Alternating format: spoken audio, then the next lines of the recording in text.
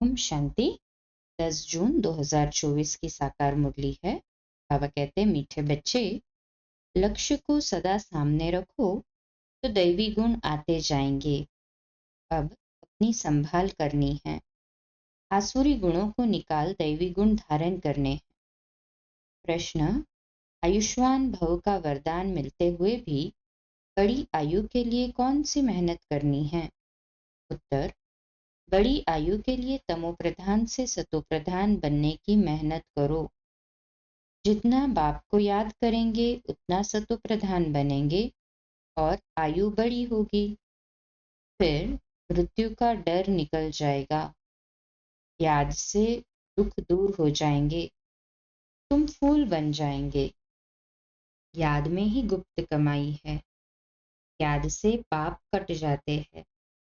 आत्मा हल्की हो जाती है। आयु बड़ी हो जाती है। ओम शांति। मीठे मीठे रूहानी बच्चों प्रति बाप समझा रहे हैं, पढ़ा भी रहे हैं। क्या समझा रहे हैं? मीठे बच्चों, तुमको एक तो आयु बड़ी चाहिए, क्योंकि तुम्हारी आयु बहुत बड़ी थी। 150 वर्ष की आयु थी। बड़ी आयु कैसे मिलती है? तमोप्रधान से सतोप्रधान बनने से। जब तुम सतोप्रधान थे तो तुम्हारी आयु बहुत बड़ी थी। अभी तुम ऊपर चढ़ रहे हो। जानते हो, हम तमोप्रधान बने तो हमारी आयु छोटी हो गई थी। तंदुरुस्ती भी ठीक नहीं थी। बिल्कुल ही रोगी बन गए थे। ये जीवन पुरानी है, नई से भेंट की जाती है। अभी तुम जानते हो, बाप हमको बड़ी आयु बनाने की युक्ति बताते हैं। मीठे मीठे बच्चों, मुझे याद करोगे तो तुम जैसे सतोप्रधान थे, बड़ी आयु वाले, तंदुरुस्त थे, ऐसे फिर से बन जाओगे। आयु छोटी होने से मरने का डर रहता है। तुमको तो गारंटी मिलती है कि सतयुग में ऐसे अचानक कभी मरेंगे नहीं। बाप को याद करते रहेंगे तो आयु बड़ी होगी और सब दुख भी दूर हो जाएंगे। कोई भी किस्म का दुख नहीं होगा। और तुमको क्या चाहिए? तुम कहते हो ऊंच पद भी चाहिए। तुमको मालूम नहीं था कि ऐसा पद भी मिल सकता है। अब बाप युक्ति बताते हैं, ऐसे करो। एम ऑब्जेक्ट सामने है। तुम ऐसा पद पा सकते हो। यहाँ ही दैवी गुण धारण करना है। अपने से पूछना है, हमारे में कोई अवगुण तो नहीं है? अवगुण भी अनेक प्रकार के हैं। सिगरेट पीना, छी चीजें खाना, ये अवगुण है। सबसे बड़ा अवगुण है विकार का, जिसको ही बैड कैरेक्टर कहते हैं। बाप कहते हैं, तुम विशियस बन गए हो। अब वाइसलेस बनने की तुमको युक्ति बताते हैं। इसमें इन विकारों को, अवगुणों को छोड़ देना है। कभी भी विशियस नहीं बनना है। इस जन्म में जो सुधरेंगे तो वो सुधार 21 जन्मों तक चलना है। सबसे जरूरी बात है वाइसलेस बनना। जन्म जन्मांतर का जो बोझ सिर पर चढ़ा हुआ है, वह योग बल से ही उतरेगा। बच्चे जानते हैं, जन्म जन्मांतर हम विशियस बने हैं। अभी पाप से हम प्रतिज्ञा करते हैं, फिर कभी विशियस नहीं बनेंगे। बाप ने कहा है, अगर पतित बने तो 100 गुना दंड भी खाना पड़ेगा और फिर पद भी भ्रष्ट हो जाएगा। क्योंकि निंदा कराई ना, तो गोया उस तरफ, माना विशियस मनुष्यों की तरफ चला गया। ऐसे बहुत चले जाते हैं, अर्थात हार खा लेते हैं। आगे तुमको पता नहीं था कि ये धंधा विकार का नहीं करना चाहिए। कोई कोई अच्छे बच्चे होते हैं, कहते हैं हम ब्रह्मचर्य में रहेंगे। सन्यासियों को देख समझते हैं पवित्रता अच्छी है। पवित्र और अपवित्र दुनिया में, पवित्र और अपवित्र दुनिया में तो अपवित्र बहुत रहते हैं। पाखाने में जाना भी अपवित्र बनना है। इसलिए फौरन स्नान करना चाहिए। अपवित्रता अनेक प्रकार की होती है। इसको दुख देना, लड़ना झगड़ना भी अपवित्र कर्तव्य है। पाप कहते हैं जन्म जन्मांतर तो तुमने पाप किया है, वह सब आदतें अब मिटानी है। तुमको सच्चा सच्चा महान आत्मा बनना है। सच्चे सच्चे महान आत्मा वे लक्ष्मी नारायण ही है, और कोई तो यहाँ बन न सके, क्योंकि सब तमो प्रधान है। ग्लानि भी बहुत करते हैं, उनको पता नहीं पड़ता है कि हम क्या करते हैं। एक होते हैं गुप्त पाप, दूसरे प्रत्यक्ष पाप भी होते हैं। यह है ही तमो प्रधान दुनिया। बच्चे जानते हैं बाप हमको अभी समझदार बना रहे हैं, इसलिए उनको सब याद करते हैं। सबसे अच्छी समझ तुमको मिलती है कि पावन बनना है, और फिर गुण भी चाहिए। देवताओं के आगे जो तुम महिमा गाते आए हो, अभी ऐसा तुमको बनना है। बाप समझाते हैं मीठे मीठे बच्चों, तुम कितने मीठे मीठे गुलगुल फूल थे, फिर कांटे बन पड़े हो। अब बाप को याद करो तो याद से तुम्हारी आयु बड़ी होगी, पाप भी भस्म होंगे, सिर से बोझा हल्का होगा। अपनी संभाल करनी है। हमारे में क्या क्या अवगुण है वह निकालने हैं। जैसे नारद का मिसाल है, उनको कहा तुम लायक हो, उसने देखा कि बरोबर हम लायक नहीं हैं। बाप तुमको ऊंच बनाते हैं। बाप के तुम बच्चे हो ना। जैसे कोई का बाप महाराजा होता है तो कहेंगे ना हमारा बाबा महाराजा है। बाबा बहुत सुख देने वाला है। जो अच्छे स्वभाव के महाराजा होते हैं उनको कभी क्रोध नहीं आता है। तो आहिस्ते आहिस्ते सबकी कलाएं उतरती गई है, सभी अवगुण प्रवेश करते गए हैं, कला कमती होती गई है, तमो होते गए। तमो प्रधान की भी जैसे अंत आकर हुई है। कितना दुखी हो पड़े हैं, तुमको कितना सहन करना पड़ता है। अभी अविनाशी सर्जन द्वारा तुम्हारी दवाई हो रही है। बाप कहते हैं ये 5 विकार तो घड़ी घड़ी तुमको सताएंगे। तुम जितना पुरुषार्थ करेंगे बाप को याद करने का, उतना माया तुमको नीचे गिराने की कोशिश करती है। तुम्हारी अवस्था ऐसी मजबूत होनी चाहिए जो कोई माया का तूफान हिला न सके। रावण कोई और चीज नहीं है, वह कोई मनुष्य नहीं है। 5 विकारों रूपी रावण को ही माया कहा जाता है। आसुरी रावण संप्रदाय तुमको पहचानते ही नहीं है कि आखिर में ये है कौन। ये बीके क्या समझाते हैं, रियलिटी में कोई नहीं जानते। ये बीके क्यों कहलाते हैं, ब्रह्मा किसकी संतान है। अभी तुम बच्चे जानते हो हमको वापस घर जाना है। ये बाप बैठ तुम बच्चों को शिक्षा देते हैं। आयुष्मान भव धनवान भव, तुम्हारी सब कामनाएं पूरी करते, वरदान देते हैं। परंतु सिर्फ वरदान से कोई काम नहीं होता, मेहनत करनी है, हर एक बात समझने की है। अपने को राज तिलक देने के अधिकारी बनना है। बाप अधिकारी बनाते हैं। तुम बच्चों को शिक्षा देते हैं ऐसे ऐसे करो। पहले नंबर की शिक्षा देते हैं माम एकम याद करो। मनुष्य याद नहीं करते हैं क्योंकि वह जानते ही नहीं तो याद ही रॉन्ग है। कहते ईश्वर सर्वव्यापी है, फिर शिव बाबा को याद कैसे करेंगे। शिव के मंदिर में जाकर पूजा करते।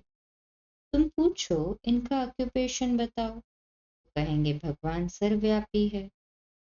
पूजा करते हैं, उनसे रहम मांगते हैं। मांगते हुए फिर कोई पूछता परमात्मा कहाँ है, कहते सर्वव्यापी है। चित्र के सम्मुख क्या करते हैं, और फिर चित्र सम्मुख नहीं तो पला काया ही चट हो जाती। भक्ति में कितनी भूलें करते हैं, फिर भी भक्ति से कितना प्यार है। श्री कृष्ण के लिए कितना निर्जल आदि करते। यहाँ तुम पढ़ रहे हो और वो भक्त लोग क्या क्या करते हैं, तुमको अभी हंसी आती है। रामानुसार भक्ति करते कदम नीचे उतरते आए हैं, ऊपर तो कोई चढ़ न सके। अभी ये है पुरुषोत्तम संगम युग, जिसका कोई को पता नहीं है। अभी तुम पुरुषोत्तम बनने के लिए पुरुषार्थ करते हो। टीचर स्टूडेंट का सर्वेंट होता है, स्टूडेंट की सर्विस करते हैं। गवर्नमेंट सर्वेंट है। बाप भी कहते हैं सेवा करता हूँ, तुमको पढ़ाता भी हूँ। सभी आत्माओं का बाप टीचर भी बनते हैं। सृष्टि के आदि मध्य अंत का ज्ञान भी सुनाते हैं। ये ज्ञान और कोई मनुष्य में हो न सके, कोई सिखला न सके। तुम पुरुषार्थी करते हो कि हम ये बने। दुनिया में मनुष्य कितने तमो प्रधान बुद्धि, बहुत खौफनाक दुनिया है। जो मनुष्य को नहीं करना चाहिए वह करते हैं। इतना खून डाका आदि लगाते हैं, क्या नहीं करते हैं। 100% तमो प्रधान है। अभी तुम फिर 100% सतो प्रधान बन रहे हो। उसके लिए युक्ति बताई है, याद की यात्रा। याद से ही विकर्म विनाश होंगे, बाप से जाकर मिलेंगे। भगवान बाप आते कैसे हैं, ये भी तुम अभी समझते हो। इस रथ में आए हैं, ब्रह्मा के थ्रू सुनाते हैं, जो फिर तुम धारण कर औरों को सुनाते हो तो दिल होती है डायरेक्ट सुने, बाप के परिवार में जाए। यहाँ बाप भी है, माँ भी है, बच्चे भी है, परिवार में आ जाते हैं। तो दुनिया ही आसुरी है, तो आसुरी परिवार से तुम तंग हो जाते हो, इसलिए धंधा आदि छोड़कर बाबा के पास रिफ्रेश होने आते हो। यहाँ रहते भी है ब्राह्मण, तो इस परिवार में आकर बैठते हो। घर में जाएंगे तो फिर ऐसा परिवार नहीं होगा। हाँ तो देहधारी हो जाते हैं। उस घोरक धंधे से निकल तुम यहाँ आते हो। अब आप कहते हैं देह के सब संबंध छोड़ो, खुशबूदार फूल बनना है। फूल में खुशबू होती है, सब उठाकर खुशबू लेते हैं। अब के फूल को नहीं उठाएंगे, तो फूल बनने के लिए पुरुषार्थ करना है, इसलिए बाबा भी फूल ले आते हैं। ऐसा बनना है। घर गृहस्थ में रहते एक बाप को याद करना। तुम जानते हो ये देह के संबंधी तो खलास हो जाने हैं। तुम यहाँ गुप्त कमाई कर रहे हो। तुमको शरीर छोड़ना है, कमाई करके और बहुत खुशी से हर्षित मुख को शरीर छोड़ना है। घूमते फिरते भी बाप की याद में रहो तो तुमको कभी थकावट नहीं होगी। बाप की याद में अशरीरी हो कितना भी चक्र लगाओ, धन यहाँ से नीचे आबू रोड तक चले जाओ, तो भी थकावट नहीं होगी। पाप कट जाएंगे, हल्के हो जाएंगे। तुम बच्चों को कितना फायदा होता है, और कोई तो जान न सके। सारी दुनिया के मनुष्य पुकारते हैं पतित पावन आकर पावन बनाओ, फिर उनको महात्मा कैसे कहेंगे। पतित को फिर माथा थोड़ी टेका जाता है, माथा पावन के आगे झुकाया जाता है। कन्या का मिसाल, जब विकारी बनती तो सबके आगे सिर झुकाती और फिर पुकारती है, हे पतित पावन आओ। अरे पतित बने ही क्यों जो पुकारना पड़े। सबके शरीर तो विकार की पैदाइश है ना, क्योंकि रावण का राज्य है। अभी तुम रावण से निकल आए हो, इसको कहा जाता है पुरुषोत्तम संगम युग। अभी तुम पुरुषार्थ कर रहे हो राम राज्य में जाने के लिए। सतयुग है राम राज्य। सिर्फ त्रेता में राम राज्य कहे तो फिर सूर्यवंशी लक्ष्मी नारायण का राज्य कहाँ गया? ये सब ज्ञान अभी तुम बच्चों को मिल रहा है। नए नए भी आते हैं जिनको तुम ज्ञान देते हो, लायक बनाते हो। कोई का संग ऐसा मिलता है जो फिर लायक से नालायक बन पड़ते हैं। पाप पावन बनाते, तो पतित बनना ही नहीं है। जबकि बाप आया है पावन बनाने, माया ऐसी जबरदस्त है जो पतित बना देती, हरा देती है। कहते हैं बाबा रक्षा करो। वाह, लड़ाई के मैदान में ढेर मरते हैं, फिर रक्षा की जाती है क्या? ये माया की गोली बंदूक की गोली से भी बहुत कड़ी है। काम की चोट खाई, गोया ऊपर से गिरे। सतयुग में सब पवित्र गृहस्थ धर्म वाले होते हैं जिनको देवता कहा जाता है। अभी तुम जानते हो बाप कैसे आया है, कहाँ रहते हैं, कैसे आकर राजयोग सिखाते हैं, दिखलाते हैं। अर्जुन के रथ पर बैठ ज्ञान दिया, फिर उनको सर्वव्यापी क्यों कहते? बाप जो स्वर्ग की स्थापना करते हैं उन्हें ही भूल गए हैं। अभी वह स्वयं अपना परिचय देते हैं। अच्छा, मीठे मीठे सिकिलदे बच्चों प्रति माता पिता बाप दादा का याद प्यार और गुड मॉर्निंग।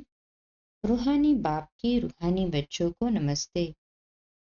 रूहानी बच्चों की रूहानी माता पिता बाप दादा को याद प्यार, गुड मॉर्निंग और नमस्ते। वाह बाबा वाह, शुक्रिया बाबा, शुक्रिया। धारणा के लिए पहली पॉइंट, महान आत्मा बनने के लिए अपवित्रता की जो भी गंदी आदतें हैं वह मिटा देनी है। दुख देना, लड़ना, झगड़ना, ये सब अपवित्र कर्तव्य है जो तुम्हें नहीं करने हैं। अपने आप को राज तिलक देने का अधिकारी बनाना है। दूसरी पॉइंट, बुद्धि को सब घोरक दंडों से, देहधारियों से निकाल खुशबूदार फूल बनना है। गुप्त कमाई जमा करने के लिए चलते फिरते अशरीरी रहने का अभ्यास करना है। आज का मीठा वरदान, अपने शुभ चिंतन की शक्ति से आत्माओं को चिंता मुक्त बनाने वाली शुभ चिंतक मणि भव। मैं शुभ चिंतक मणि हूँ, मैं शुभ चिंतक मणि हूँ।